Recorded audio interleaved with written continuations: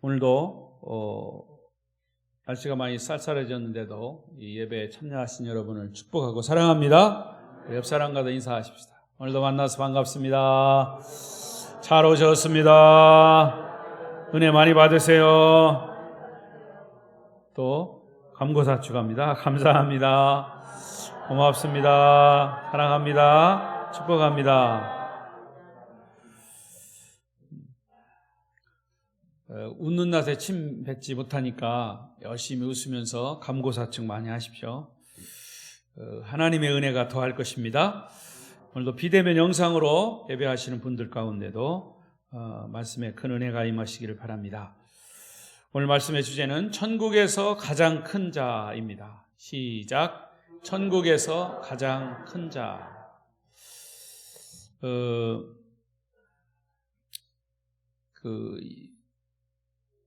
천국에서 가장 큰 자다. 천국에서 큰 자가 있고 작은 자가 있고 뭐 있을까요? 그런데 예수님께서 그렇게 표현을 하신 거예요. 사복음서 전체를 마태, 마가, 누가, 요한복음 전체를 통해서 좀 아이러니한 얘기지만 이 제자들 12제자들을 이렇게 평가를 해보면 감흥을 평가할 수는 없지만 제3자의 입장에서 또 말씀을 연구하는 입장에서 12제자들을 보면 항상 예수님을 실망시키는 제자들이다, 이렇게 평할 수 있어요. 항상 예수님을 실망시키는 자들, 예수님의 제자들이에요. 근데 그때 그 상황으로 보면 뭐 그럴 수밖에 없다라고 이해는 됩니다. 한 번도 예수님의 마음을 만족시킨 적이 없는 미성숙하고 좀 부족하고 연약하고 더 나아가서 아주 세속적인 그런 사람들이 12제자들이에요. 근데 사실 12제자들도요, 예수님이 선택할 때 많이 배우고 똑똑한 사람들을 선택한 것이 아니라 주로 어부들이었죠. 그 당시에 어부들을 무시하는 게 아니라 사실은 그 어촌에서 뭐 크게 그렇게 배운 것 없이 그냥 고기를 잡아서 생계를 유지하는 그런 사람들이에요. 그래서 그 어부들도 그 당시의 어떤 배경으로 보면 굉장히 그 천한 직업이고 천한 사람들로 여겨졌는데, 뜻밖의 예수님은 그런 사람들을 선택해가지고 제자를 삼으셨다는 거죠. 근데 제자를 삼으신 이유는 그들이 모든 자격이 갖추어져서가 아니라 그 제자를 훈련하셔서 제자로 삼으시기 위해서 그들을 선택하신 거죠. 제가 지난번에도 말씀드린 것처럼 신학대학에 가면 다 착한 사람, 선한 사람, 예수 막 열정적으로 믿는 사람도 있지만 그렇지 않은 사람도 있어요. 그러니까 하나님의 은혜를 받고 일시적으로 은혜 받고 결단하고 내가 신학대학 가서 사명을 받아가지고 목사가 되겠다, 그런 사람들인데 그들의 삶의 배경을 보면 각가지지만 사실은 그렇게 자격을 갖춰서 온 사람은 없다라고 말이에요. 마찬가지예요. 제자들도. 그러니까 오히려 3년 동안 예수님이 동고동락하면서 그들을 훈련시켜서 그들을 제자로 삼으셔서 복음 전하도록 만드신 거죠. 그래서 사복음서에서만 보면 예수님과의 관계 속에서 보면 너무나 부족하고 연약하고 세속적이고 그래요. 그래서 오늘도 그 부분이 이제 나옵니다. 그런데 또 예수님 편에서 보면 실망하지 않으시고 끝까지 인내하시고 기다려주시고 또 그들을 사랑하시고 용납하시고 그들을 결코 포기하지 않으셨다. 이게 주님의 사랑이죠. 마태복음 18장을 시작하면서 예수님께서 제자들에게 천국 백성이 되기 위한 중요한 교훈을 해 나가십니다. 근데 먼저 이 겸손에 대한 교훈을 가르치십니다. 이것도 일종의 제자들을 훈련하시는 과정이에요. 겸손에 대한 훈련입니다. 1절 다시 보십시다. 1절 시작. 그때에 제자들이 예수께 나와 이르되 천국에서는 누가 크니까? 이 제자들이 예수님께 물었어요. 천국에서 누가 큽니까? 근데 제자들이 이 질문만 보더라도 아직 성숙하지 않은 거죠. 영적으로 미숙한 거예요. 제자들의 관심은, 지금까지의 관심은 누가 더 크냐? 누가 더 작으냐? 여러분, 과연 천국에서도 서열이 있고 높고 낮은 게 있을까? 그것은 없다는 거예요. 만약에 천국에서도 서열이 있고 높고 낮음이 있으면 예수 믿는 사람 많지 않을 거예요. 저는 그렇게 생각해요. 그러니까 단적으로 말하면 천국에서는 누가 높고 낮고 그런 게 없어요. 왜? 예수님을 보면 알 수 있거든요. 예수님은 모든 사람들에게 다 평등하셨어요. 이런 서열의 문제는 제자들에게만 있는 것이 아니라 모든 죄인들의 공통된 관심사가 이 서열 문제예요. 부끄러운 얘기지만 우리 교단 법에요, 목사도 그렇고 장로도 그렇고 교회 안에, 개교회 안에서 어떤 장로 이름이 제일 위에 와 있느냐, 어떤 장로 이름이 제일 밑으로 가야 되냐, 이걸 가지고 따집니다. 그래서 그게 법적으로 이렇게 질문을 해요. 그래서 법적으로 그거를 다 서열을 매겨놨어요. 그게 사실은요, 우리 인간들의 관심사예요. 또 꼭 교회에서만이 아니라도 모든 사람들의, 남자들 다는 아닙니다만 대부분의 남자들은 서열을 정합니다. 어떻게? 누가 월급을 많이 받냐, 누가 더 많은 영향력을 행사하냐, 권력을 가졌느냐, 이 중요한 남자들의 관심사입니다. 겉으로는 그렇지 않은 것처럼 하지만 결국 속으로는 자기 자리 문제, 위치 문제, 높고 낮은 문제에 연연하고 있는 것이 사람들, 이 죄인 인간들의 모습이에요. 그러면 여자들도 없냐? 여자들은 더 있어요. 일반적으로 여자들의 관심사는 누가 더 이쁘냐, 누구 남편이 더 잘 나가냐, 누가 더 옷을 잘 입었냐, 누가 더 좋은 집에서 사느냐, 여자들의 관심거리. 아무리 못난 여자도 자기 외모에 대해서는 지대한 관심을 가지고 있습니다.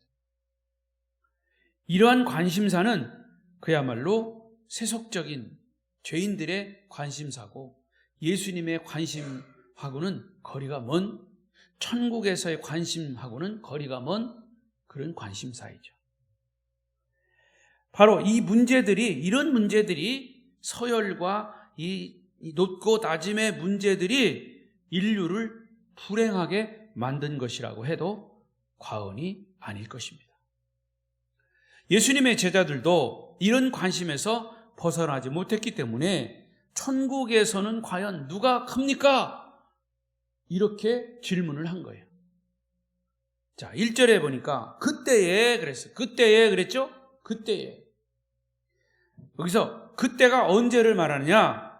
첫째는 예수님이 십자가에 못 박혀 돌아가실 때가 임박했다고 하는 사실을 제자들에게 알렸을 때, 그때예요. 그러니까 마태복음 17장 22절 23절을 보십시다.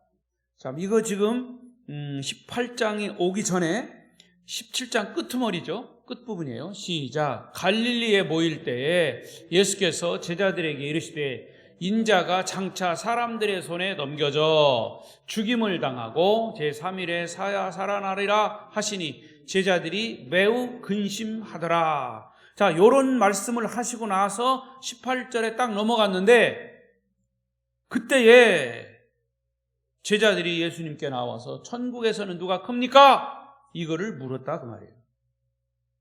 근데 마태복음 16장에 가서 보면 17장 한 장 전이죠.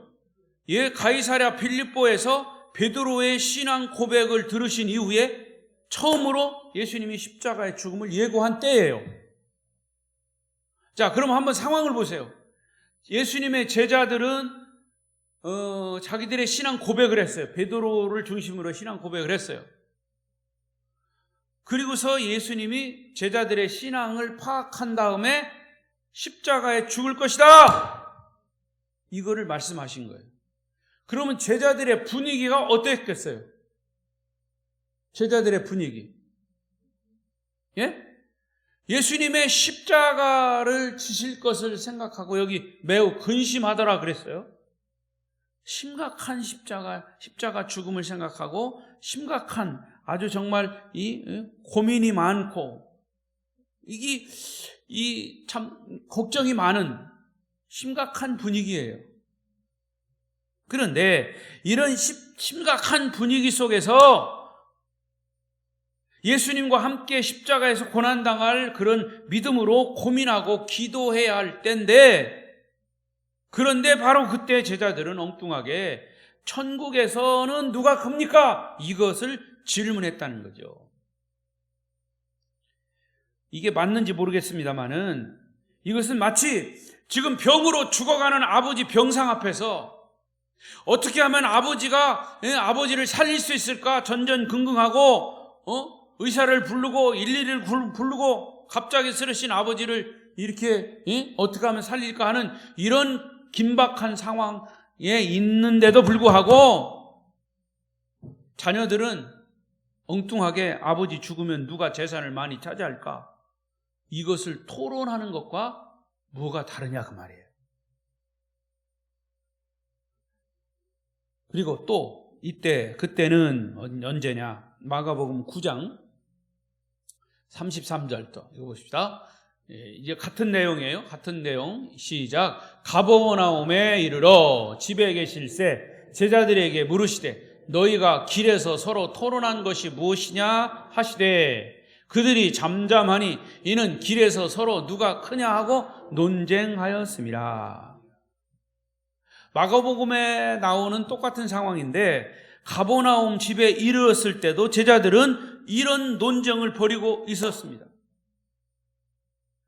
그랬을 때 주님이 그 이야기, 제자들의 이야기를 듣고 너희들이 지금 무엇 때문에 그런 논쟁을 하느냐 했을 때 제자들은 부끄러워서 대답을 못하고 잠잠히 있었다.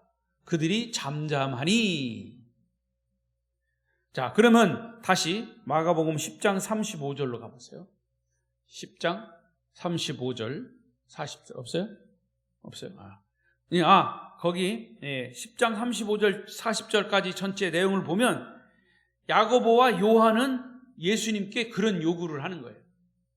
주님, 천국에 이르면 우리를 하나는 주의 좌편에 하나는 우편에 이렇게 앉게 해 주십시오. 이런 얘기를 하는 거예요. 근데 역시 이 말씀 바로 전에도 주님은 제자들에게 십자가 고난에 대해서 예고하시는 말씀을 하셨어요. 그게 이제 10장 33절이죠. 33절 시작. 보라, 우리가 예루살렘에 올라가노니 인자가 대제사장들과 서기관들에게 넘겨짐에 그들이 죽이기로 결의하고 이방인들에게 넘겨주겠고, 또 이 34절 그들은 능욕하며 침뱉으며 채찍질하고 죽일 것이나 그는 3일 만에 살아나리라 하시니라. 마가복음에도 똑같은 상황이에요. 예수님이 아주 지금 십자가를 질 것을 심각하게 말씀하시는데 제자들은 아랑곳하지 않고 하나는 주의 우편에 하나는 주의 좌편에 있는 데만 관심을 가지고 있다는 거예요. 엄밀한 의미에서 1절에서 제자들이 천국에서는 누가 큽니까? 라고 하는 이 질문 자체가 잘못된 질문이라고 말이에요. 여러분, 이 세상의 가치관으로 보면 서열과 계급이 있죠. 대통령이 있으면 국무총리가 있고 국무총리가 있으면 그게 각 장관이 있고, 사실 이게 엄밀한 의미에서는 서열이라기보다는 직무죠, 직무. 자, 거기까지 갈 것 없어요. 교회에 보면 교회 목사가 제일 높은 사람입니까? 아니에요. 목사는 직무예요. 장로는 그럼 그 밑에 낮은 사람입니까? 그것도 직무예요. 거기 안수집사, 권사, 이게 다 직분은 직무란 말이죠. 직무. 계급이 아니란 말이죠. 서열이 아니란 말이죠. 장로를 제일 위에다 쓴다고 그게 무슨 1등 장로고 제일 나중에 쓴다고 꼴찌 장로가 아니라는 거죠. 이것이 역사를 움직이는 중요한 원리가 되기는 하지만 천국에서는 크고 작은 자는 없다고 말이에요. 천국에서는 서열도 없고 계급도 없어요. 그러니까 제자들의 질문 자체가 잘못된 거예요. 그래서 마태복음 11장 11절에 예수님은 이런 말씀을 하셨어요. 시작. 내가 진실로 너희에게 말하노니 여자가 낳은 자 중에 세례 요한보다 큰 이가 일어남이 없도다. 그러나 천국에서는 극히 작은 자라도 그보다 크니라. 자, 예수님 말씀 잘 보세요. 예수님이 세례 요한을 들어서 칭찬을 하셨어요. 이 땅에서 세례 요한은 정말 큰 자다. 이 땅에서. 왜? 세례 요한은 예수님 때문에 희생당한 사람이에요. 목배임을 당한 사람이에요. 세례 요한은 예수님을 먼저 준비한 사람이에요. 위대한 사람이죠. 그래서 예수님은 세례 요한을 칭찬하셨어요. 그런데 다시 그것을 세례 요한을 천국으로 옮겨가면 어떻다고 그랬어요? 천국에서는 극히 작은 자라도 세례 요한보다 크다. 여러분, 이게 바로 천국의 기준이에요. 천국의 기준은 크고 작은 게 없어요. 서열이 없어요. 천국에서는 작은 자가 없고 서열이 낮은 자도 없고 모두가 누구만 있을까요? 하나님의 자녀만 있어요. 할렐루야. 오늘날 교회의 비극은 바로 이 천국 질서보다도 이 세상 질서를 더 따르는 데 있어요. 교회 안에도 권위주의가 팽배해 있습니다. 높고 낮음의 서열이 교회 안에 자리 잡고 있어서 그것 때문에 파벌이 생기고 그것 때문에 싸움이 끊이지 않습니다. 이 다른 교단 얘기해서 그렇습니다만은 교회 역사를 보면요, 그리스도교회 있어요. 우리 아마 이 강진에도 그리스도교회가 있더라고요. 그리스도교회는 이단은 아니에요. 이 그리스도교회라고 하는 이 교단은 과거에 악기파와 무악기파로 나누어서 싸웠어요. 교회에서 악기를 쓰느냐, 악기를 쓰지 않느냐. 악기를 쓰는 파는 유악기파고 악기를 쓰지 않는 파는 무악기파야. 그래가지고 유악기파와 무악기파가 교단에서 싸웠어요. 그래서 갈라졌어요. 그게 좋은 예입니다. 그러니까 여러분, 그거 가지고 싸울 게 아니잖아요. 근데 그 역사를 보면요, 유악기파에 좀 말빨이 센 사람들이 많아. 그래가지고 말빨이 센 사람들이 이 말빨이 없는 사람들을 보고 막 그거 가지고 악기를 써야 한다.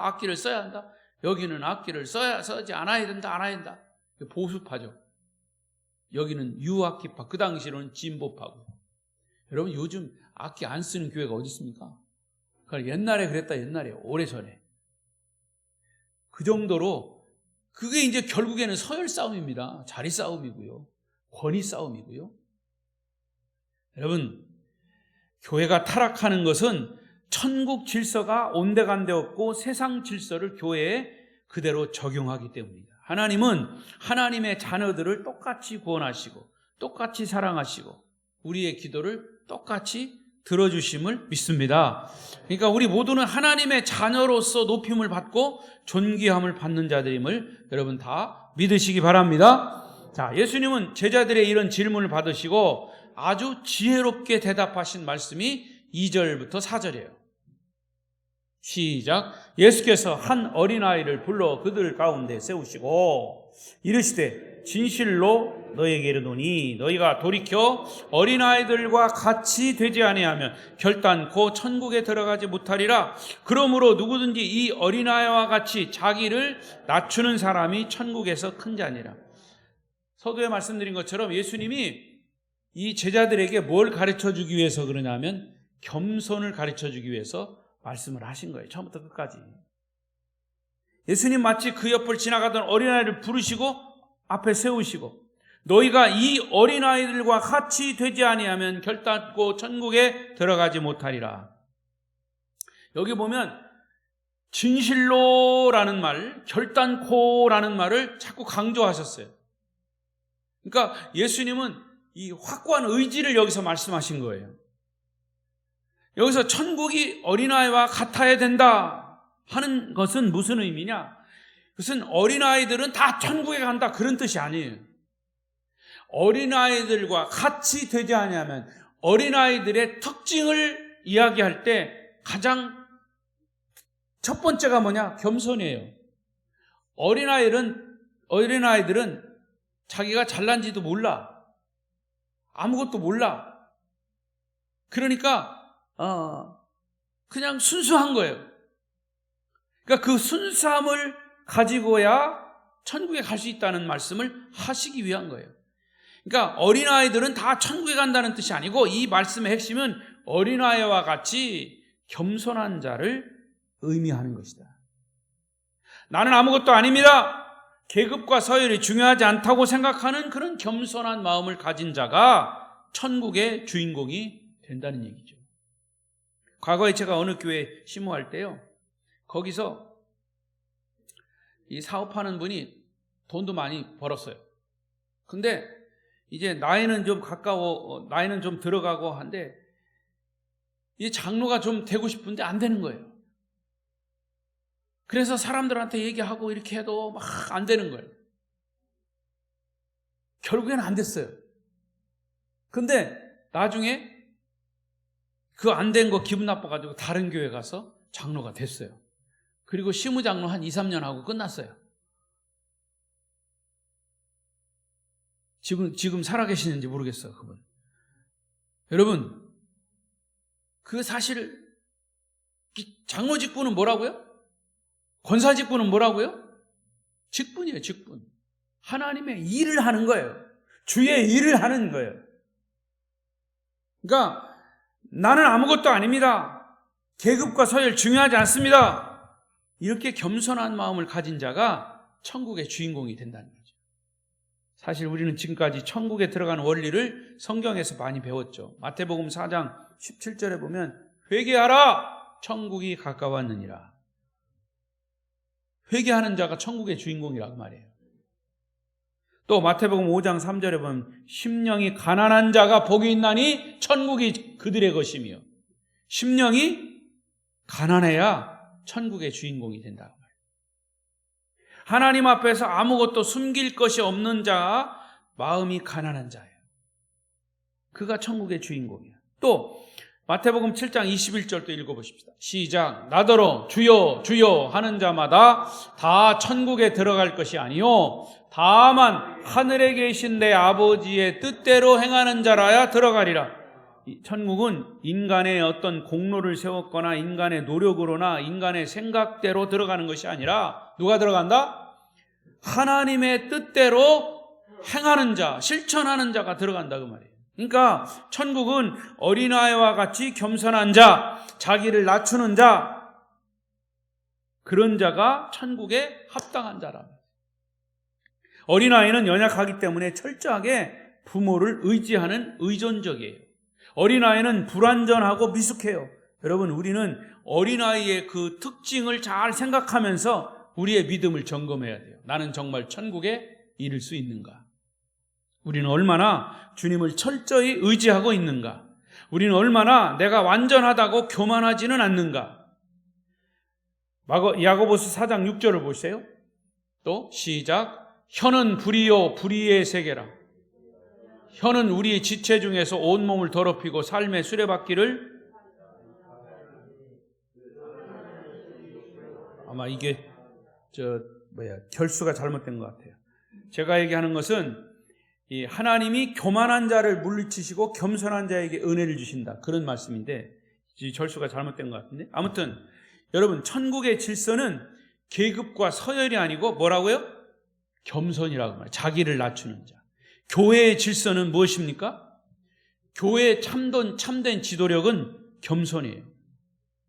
다시 말씀드리지만 목사나 장로나 권사나 집사나 어떤 위원장이나 회장이나 교회의 모든 직분은 계급과 서열이 아니라 주의 일을 겸손히 하라고 주시는 미션이에요. 미션, 사명이라 이게. 회장이니까 어떻고 부회장이니까 어떻고 이게 따지는 게 아니라 각자의 맡겨준 임무가 뭐냐라고 했어요. 그 임무를 서로 의논하고 상의해서 잘 가장 최고의 것으로 만들어내라. 주의 일을 최고의 것으로 만들어내라 하는 거예요. 아멘? 제가요 이렇게 목회를 오래 하다 보니까 이제 나이를 먹어요. 그래서 어떤 지방회라든지 가면, 총회도 가면 이제 은퇴 얼마 안 남아가지고 가만히 있어도 떠밀려서 이렇게.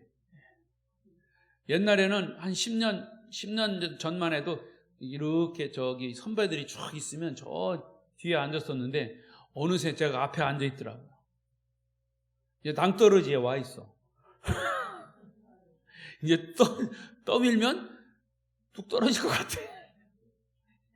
여러분, 근데요, 이제는 그게 중요한 게 아니라 나이를 먹다 보니까 남에게 섬김을 받기보다는 남을 섬겨야 하는 위치에 있음을 절감하게 돼요. 후배들이나 동료들을 만나도 내가 먼저 돈지갑을 열어야 돼. 그 요즘 리더는요, 누가 리더냐? 똑똑한 리더십이 있어서 리더가 아니라 돈 쓰는 사람이 리더예요. 진짜입니다. 어디를 가든지 돈 쓰는 사람이 리더예요. 그러니까 나이 먹어서도 대접을 못 받는 사람은 누구냐? 돈 안 쓰고 그냥 노랭이 짓 하는 사람, 구두쇠 짓 하는 사람. 목사들도 많아요. 그래서 후배들, 동료들 만나면 먼저 돈지갑 열어야 돼요. 다른 교회 애경사를 볼 때 앞장서서 선교비를 나눠야 할 입장에 있는 거예요. 제 나이가. 여러분, 벼는 익을수록 고개를 숙이는데 인간의 겸손은 세월이 지날수록 겸손해지고 나를 내려놓는 게 어려워도 그만큼 어려운 게 없어요. 그래서 때로는 자기를 내려놓아야 하고 때로는 자기를 낮춰야 하고 때로는 자기를 포기해야 하고, 그러니까 자기를 포기하는 게 다른 게 없어. 자기 돈주머니를 여는 게 자기를 포기하는 거예요. 근데 돈주머니를 열면 왜 이렇게 바퀴가 달렸는지 막 잘 나가. 근데 돈주머니를 열어서 잘 나가게 해야 돼요. 그래야 좋아해요. 그들을 좋아하기 위해서가 아니라 그게 바로 섬김이고 리더고 나이 먹는 사람들의 위치더라고요. 내가 뭐 나이 먹었으니까 나는 뭐 1등이다, 2등이다, 내가 앞자리다. 그러면요 진짜 확 밀어가지고 낭떠러지에 떨어져요. 오늘 말씀의 결론입니다. 여러분, 주님이 우리에게 가르치시는 겸손의 방법은 한마디예요. 죽어야 사는 겁니다. 따라하십시다. 죽어야 산다. 죽어야 산다. 그 역설적이지만 우리가 다 알고 있는 원리입니다. 더욱이 영적 원리. 그 방법이 승리하는 방법이면 틀림없지만 그것처럼 어려운 것이 없어요.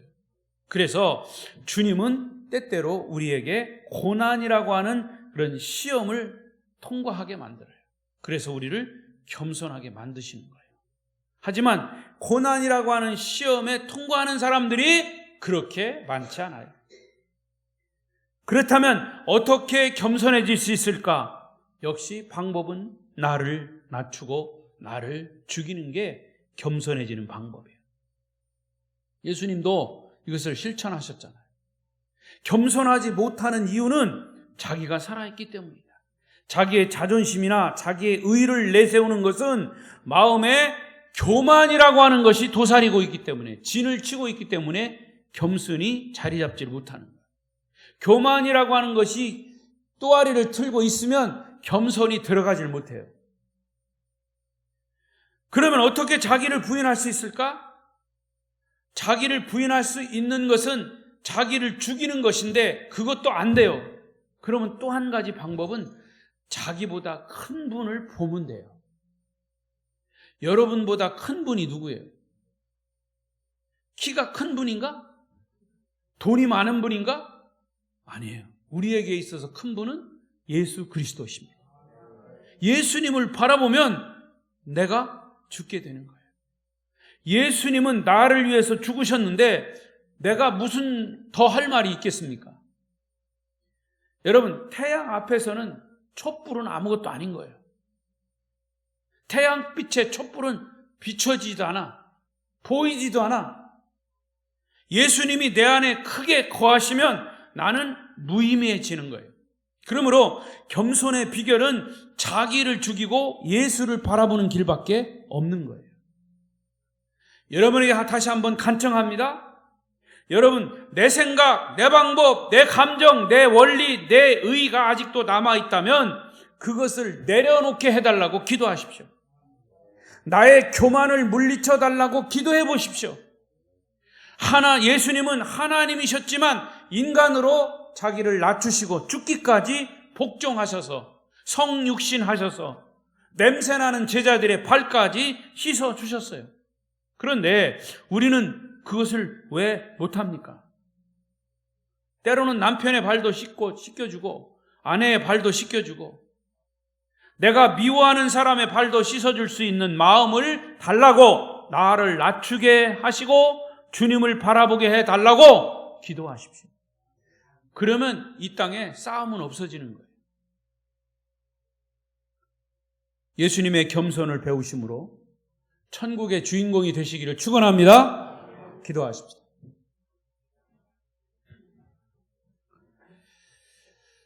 통성으로 기도하겠습니다. 하나님, 오늘 주신 말씀 그대로 나를 낮추고 내 교만과 내 의와 내 감정과 내 생각과 이 모든 것들을 내세우기보다 그것을 내려놓고 주님만 바라보게 하옵소서. 주님을 바라볼 수 있는 눈을 열어 주옵소서. 주여 3번 부르고 통성으로 기도합니다. 주여, 주여, 주여. 자비로우신 하나님 아버지 감사합니다. 우리 주님을 찬양합니다. 영광 받아 주시옵소서. 한 사람도 교만한 사람 없게 하시고 오직 주님의 겸손을 배우게 하시고 주님의 뜻을 잘 준행하며 살아가게 하시고 온전히 주의 뜻과 주의 말씀과 주의 그 교훈을 우리 마음속에 잘 새기게 하시고 어린아이와 같지 아니하면 어린아이의 겸손 배우지 아니하면 우리는 천국에 이를 수 없다는 사실을 배웠습니다. 하나님, 그렇습니다. 우리 교회가 아름다운 교회로서 주님이 보시기에 아름다운 모습으로 나를 내려놓고 주님만 바라보며 나를 죽이고 또 다른 주님을 의식하며 달려갈 수 있게 하여 주시옵소서. 그래서 천국의 주인공들로 우리를 다 삼아 주시옵소서. 하나님 아버지, 주님 말씀의 거울 앞에 서면 우리는 죄인에 불과하고 아무것도 아닌데 주님께서 특별히 우리를 선택하여 주시고 구원의 반열에 세워주시고 아름다운 교회 공동체로 주님의 자녀의 공동체로 삼아 주셔서 감사합니다.